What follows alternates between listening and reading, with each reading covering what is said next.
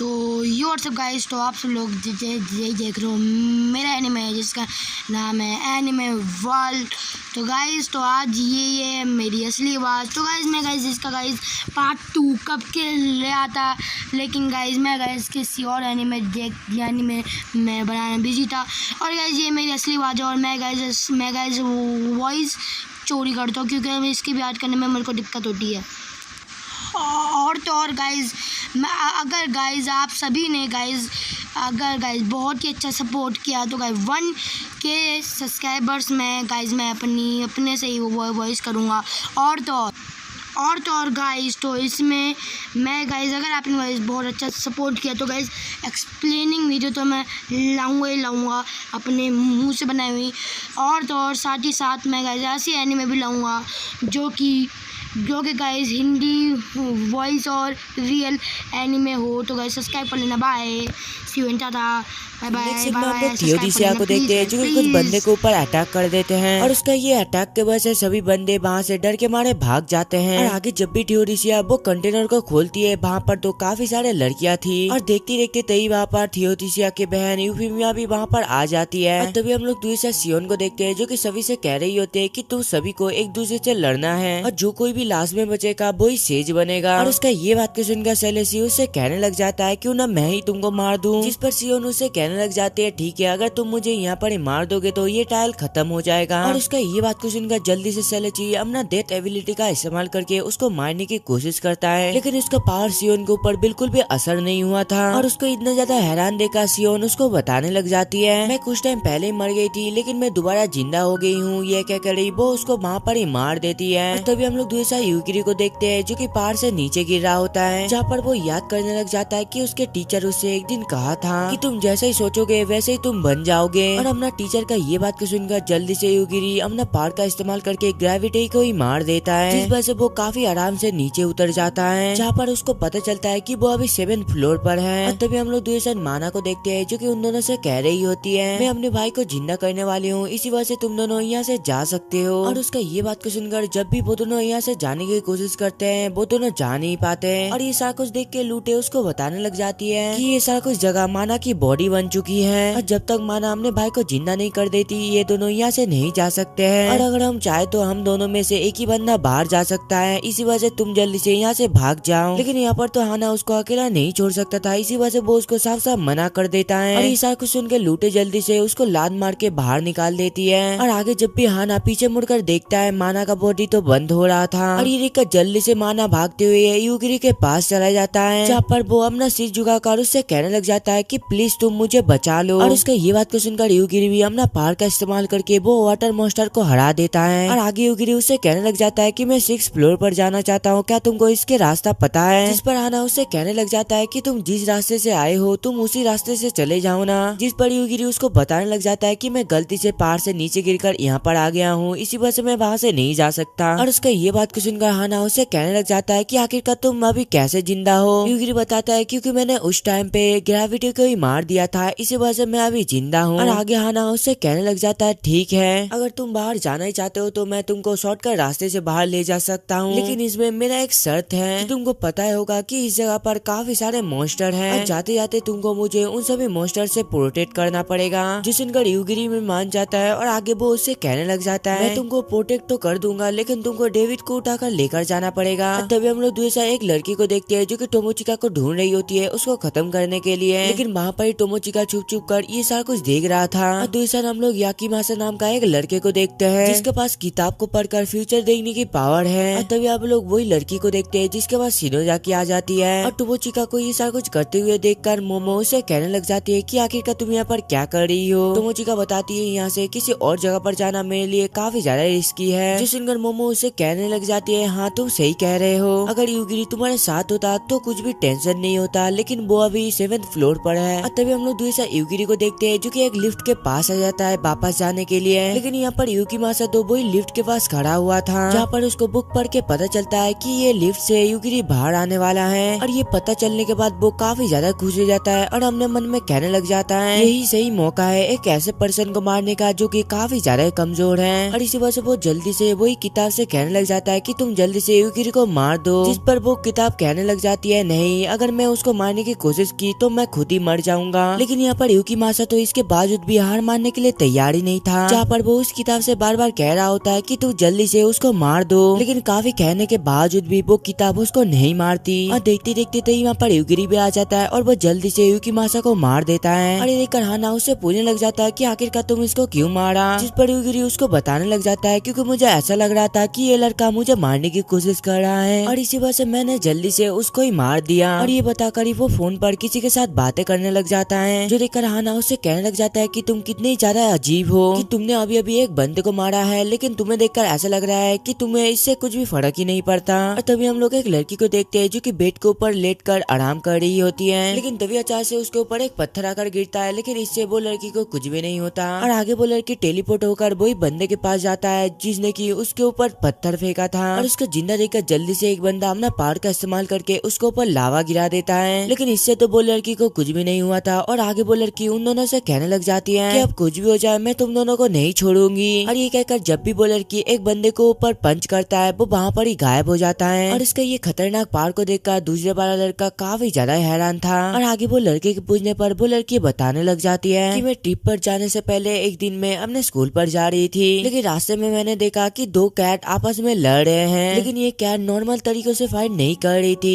इन दोनों के पास फायर और वाटर मैजिक का पावर है, लेकिन इन दोनों के लड़ने के वजह से गलती से एक अटैक मुझे लग गया। और जब इन दोनों ने मुझे मरा हुआ देखा फौरन इन दोनों ने मुझे जिंदा कर दिया, और इसी के साथ साथ उन दोनों ने मुझे अपना पावर भी दे दी। और उसके ये बात को सुनकर वो दूसरा लड़का उससे कहने लग जाता है तुम तो काफी ज्यादा कमाल के हो, अगर हम दोनों एक साथ काम करेंगे तो हम दोनों को कोई भी मार नहीं पाएगा। लेकिन उसका ये बात वो लड़की बिल्कुल भी नहीं मानती और आगे वो अपना पावर का इस्तेमाल करके वो वहाँ पर ही उसको मार देता है। लेकिन तभी अचानक से उसको सिस्टम से पता चलता है कि यहाँ पर यूगिरी आ चुका है, जो देखकर वो कहने लग जाता है कि यूगिरी को मारने का ये परफेक्ट टाइम है। और आगे वो लड़की टेलीपोर्ट होकर यूगिरी के पास चली जाती है, जो देखकर यूगिरी उससे कहने लग जाता है कि लगता है तुम मुझे यहाँ पर मारने के लिए आए हो, जिस पर वो लड़की जल्दी से यूगिरी के ऊपर अटैक कर देती है, जो देखकर जल्दी से यूगिरी उसका ये अटैक से बचकर उसके पेट में एक पंच मारता है, जिस वजह से उसके अंदर वो व्हाइट वाली कैट वहाँ पर ही मर जाती है। और देखकर वो ब्लैक वाली कैट काफी गुस्से से कहने लग जाती है कि अब कुछ भी हो जाए हम इसे नहीं छोड़ेंगे, लेकिन वो कुछ करे इससे पहले यूगिरी उसको ही मार देता है। और यूगिरी का ये सारा कुछ पावर देखकर वो लड़की तो काफी ज्यादा हैरान होती है, जिस वजह से वो डर के मारे जल्दी से वहाँ से भाग जाती है। और तभी हम लोग दूसरे साथ वही गन वाली लड़की को देखते हैं जो कि शिनोजाकी के ऊपर बार बार गन से अटैक कर रही होती है। और ये सारा कुछ देखकर शिनोजाकी अपने मन में कहने लग जाती है कि आखिरकार इसके पास इतने सारे वेपन कैसे आ रही है, जिस पर शिनोजाकी का सिस्टम उसको बताने लग जाता है कि असल में इसके पास वेपन समन करने का पावर है। और दूसरे हम लोग टोमोचिका को देखते हैं जो कि दूर से ये सारा कुछ देख रही होती है। और तभी से मोमो से कहने लग जाती है कि मुझे यहाँ पर काफी सारे स्पिरिट फील हो रही है। और उसका ये बात को सुनकर जब भी टोमोचिका नीचे उतरती है उसके पास काफी सारे स्पिरिट आ जाती है। और तभी से टोमोचिका के पास एक लड़की आकर उससे कहने लग जाती है कि मेरा पावर ये है कि मैं किसी भी सोल को कंट्रोल कर सकती हूँ। और आगे वो एक एशियन प्रिंसेस का स्पिरिट दिखाती है, जो देखकर टोमोचिका उससे कहने लग जाती है कि मुझे भी तुम जैसी एक स्पिरिट चाहिए, क्योंकि मेरे पास भी एक स्पिरिट है जिसका नाम काफी ज्यादा बेकार है। और उसका ये बात को सुनकर मोमो उदास होकर उससे कहने लग जाती है कि आखिरकार तुम ऐसे क्यों कह रहे हो, मैं भी एक टाइम पे प्रिंसेस थी। और तभी अचानक से वो लड़की मोमो से कहने लग जाती है कि क्यों ना तुम मेरे साइड आ जाओ। और उसका ये बात को सुनकर मोमो भी जल्दी से उसके पास चली जाती है। और तभी अचानक से वो लड़की टोमोचिका के ऊपर अटैक कर देती है, जिससे कि टोमोचिका बाल बाल बचता है। लेकिन उसका ये अटैक इतना ज्यादा खतरनाक था जिस वजह से एक पैर वहाँ पर ही टूट जाता है। और आगे वो लड़की उससे कहने लग जाती है कि मैं कब से तुमको मारना चाहती थी। और ये बताकर ही वो जल्दी से टोमोचिका के कपड़े गायब कर देती है। और ये सारा कुछ देखकर टोमोचिका उससे कहने लग जाती है कि तुमने मेरे साथ ये सारा कुछ बिल्कुल भी अच्छा नहीं किया। लेकिन तभी अचानक से वहाँ पर यूगिरी आकर अपना कोट उतार कर उसको दे देता है। और तभी अचानक से उसका सबसे पावरफुल स्पिरिट उससे कहने लग जाता है कि यूगिरी काफी ज्यादा पावरफुल है, लेकिन तुमको चिंता करने की जरूरत नहीं है क्योंकि हम उससे भी काफी ज्यादा पावरफुल है। और ये कहने के बाद ही वो लड़की के पीछे काफी खतरनाक एक स्पिरिट आ जाती है, लेकिन वो स्पिरिट कुछ करे इससे पहले यूगिरी फौरन उसको मार देता है। और असल में तो यहाँ पर मोमो वो लड़के के कंट्रोल में आ गया था, और उसी के कहने पर मोमो ने टोमोचिका के साथ ये सारा कुछ किया। और आगे जब भी टोमोचिका हाना को देखती है वो यूगिरी से पूछने लग जाती है कि आखिरकार ये यहाँ पर क्या कर रही है, जिस पर यूगिरी उसको बताने लग जाता है कि ये मुझे 7 फ्लोर पर मिला था और मैंने इसका एक मॉन्स्टर से जान बचाया था और ये तब से मेरे साथ ही है और इसने मुझे 7 फ्लोर के निकलने में मदद की थी। और तभी हम लोग दूसरा शिनोजाकी को देखते हैं जो कि वही लड़की के ऊपर अटैक करके उसको नीचे गिरा देती है। और आगे जब भी वो लड़की अपने सिस्टम के अंदर देखती है उसको पता चलता है कि उसकी सारी वेपन खत्म हो चुकी है। और आगे जब भी शिनोजाकी वो लड़की को मारने वाली होती है, अचानक से उन दोनों के बीच में एक चीज आ जाती है। और तभी हम लोग दूसरी साइड युगिरी को देखते हैं जिनके सामने दो लड़कियां आ जाती है। और तभी अचानक से युगिरी को कुछ अजीब सा लगता है, इसी वजह से वो जल्दी से सच से कहने लग जाता है कि तुम सब जल्दी से मेरे पीछे आ जाओ। और तभी अचानक से उस जगह पर काफी बड़ा एक धमाका होता है और उसका ये धमाके की वजह से शिनोजाकी के पूरा बॉडी तो पूरी तरीके से जल गया था और इसी वजह से वो बिल्कुल भी मूव नहीं कर सकती, जिस वजह से सिस्टम उससे कहने लग जाती है कि अभी तुम्हारे पास बस दो ही रास्ते हैं, पहला कि तुम थोड़ी देर इंतजार करो और दूसरा कि तुम ड्रैगन स्पेल का इस्तेमाल करके एक ड्रैगन बन जाओ। और उसका ये बात को सुनकर सुजुने जल्दी से कहने लग जाती है कि तुम जल्दी से ये ड्रैगन स्पेल का इस्तेमाल करो। और आगे जब भी सुजुने ये स्पेल को एक्टिवेट करती है वो अचानक से एक ड्रैगन में बदल जाता है। और दूसरी साइड टोमोचिका को कुछ भी समझ नहीं आ रहा था कि आखिरकार यहाँ पर चल क्या रहा है, जिस वजह से युगिरी उसको बताने लग जाता है कि यहाँ पर अभी अभी एक बड़ा सा ब्लास्ट हुआ है। और तभी ऐसा से युकियो कहने लग जाता है कि अल्फा ओमेगा का सेकंड डोर ओपन हो चुका है, इसी वजह से हम लोगों को कुछ न कुछ करना पड़ेगा। जिस पर युगिरी बताने लग जाता है कि अभी तो हम लोगों को कुछ भी प्रॉब्लम नहीं है, लेकिन फ्यूचर का मैं कुछ कह नहीं सकता। और तभी हम लोग दूसरे शिनोजाकी को देखते हैं जो कि कहने लग जाती है कि मुझे नहीं लगता कि ये धमाके में कोई बचा रहेगा। जिस पर सिस्टम बताने लग जाती है जब तक मैं अपने आंखों से ये सारा कुछ देख नहीं लेता तो मुझे इसमें बिल्कुल भी यकीन नहीं है। और इसका ये बात को सुनकर शिनोजाकी जल्दी से अपने मुंह से कुछ निकालती है, जिस वजह से उसका काफी सारा क्लोन बन जाती है। और दूसरी साइड हम लोग हाना को देखते हैं जो कि ये सबको देखकर कहने लग जाता है कि ये सभी हमारे पास ही आ रहे हैं। और इतने सारे क्लोन को देखकर जल्दी से युगिरी उन सबको वहाँ पर ही खत्म कर देता है, जो देखकर शिनोजाकी जल्दी से उसके ऊपर ही अटैक कर देती है। लेकिन वो कुछ करे इससे पहले युगिरी अपने पार की मदद से उसको ही मार देता है। और आगे जब भी वो लोग बाहर जाकर देखते हैं वो जगह तो पूरा ही तबाह हो चुका था। और ये सारा कुछ देखकर हाना कहने लग जाता है कि मुझे लगता है कि ये धमाके की वजह से मुझे लगता है कि अभी कोई भी बचा नहीं होगा। और तभी अचानक से सियोन आकर कहने लग जाती है क्या तुमको अपनी बात पर पूरी तरीके से यकीन है। और सियोन को देखकर युगिरी पूछने लग जाता है क्या तुम ही सियोन हो, जिस पर सियोन बताने लग जाती है हाँ मैं ही सियोन हूँ। और क्या तुम युगिरी हो, जिस पर वो बताता है हाँ। लेकिन आगे सियोन कुछ कहे अचानक से वो वहाँ पर ही गिर जाती है। और आगे युगिरी उससे कहने लग जाता है कि मैंने तुम्हारे पैर को पूरी तरीके से मार दिया है और अभी मैं तुमसे कुछ सवाल पूछना चाहता हूँ। और ऐसा करने के बाद से सियोन गुस्से से उसके ऊपर अटैक कर देती है, लेकिन वो उसके ऊपर अटैक करे इससे पहले युगिरी उसका अटैक कोई मार देता है। और आगे युगिरी उससे कहने लग जाता है कि तुम ज्यादा कोशिश मत करो, अगर मैं चाहूँ तो तुमको भी मार सकता हूँ। और इसी वजह से तुम्हारे लिए यही सही रहेगा कि तुम जल्दी से मुझे बता दो कि हम अपने दुनिया पे कैसे वापस जा सकते हैं, क्योंकि तुमने ही अकेले हमें इस दुनिया पे समन किया है। और आगे युगिरी सियोन के दो उंगलियों को मारकर उससे कहने लग जाता है जब तक तुम जवाब नहीं दे रही मैं इसी तरीके से तुम्हारे बॉडी को ही मारता रहूंगा। और उसके ये बात को सुनकर सियोन जल्दी से अपने आप को टेलीपोर्ट कर अपने घर पर आ जाता है, जो देखकर हाना उसे कहने लग जाता है क्या तुम ऐसे सियोन को जाने दोगे, जिस पर युगिरी बताता है हाँ क्योंकि मुझे इससे कुछ भी फर्क नहीं पड़ता। तभी हम लोग दूसरे साथ सियोन को देखते हैं जो कि अपने रूम पर आ जाती है और आगे वो अपने हाथ को उतार कर एक नया हाथ को लगा लेती है, लेकिन इसके बावजूद भी उसका हाथ अच्छी तरीके से मूव नहीं हो रहा था। और ऐसा कुछ देखकर सियोन अपने मन में कहने लग जाती है कि मुझे समझ नहीं आ रही कि आखिरकार मेरे साथ क्या हो रही है। और तभी अचानक से सियोन के और कुछ बॉडी पर डेथ हो जाते हैं और ये सारा कुछ देखकर सियोन तो काफी ज्यादा डर जाती है। और तभी अचानक से उसके पास एक बंदा कार उससे पूछने लग जाता है कि क्या तुम ठीक हो। और तभी अचानक से वो बंदे का एक पैर और हाथ मर जाता है और ये सारा कुछ देखकर वो बंदे को भी कुछ भी समझ नहीं आ रहा था कि आखिरकार यहाँ पर क्या चल रहा है, जिस वजह से वो उसे पूछने लग जाता है कि तुम प्लीज मेरा मदद करो। और इसी वजह से सियोन जल्दी से टेलीपोर्ट होकर युगिरी के पास चली जाती है, जहाँ पर वो उससे कहने लग जाती है कि तुम प्लीज वो बंदे को छोड़ दो। और उसका ये बात को सुनकर युगिरी उससे कहने लग जाता है कि मैं तो बस तुम्हारे साथ बातें करना चाहता हूँ और अगर तुम मेरे साथ बातें करोगे तो मैं तुम्हारे ऊपर अटैक नहीं करूंगा। और तुमको ये बात का पता चल ही गया होगा कि मुझे इससे फर्क नहीं पड़ता कि तुम कहाँ पर हो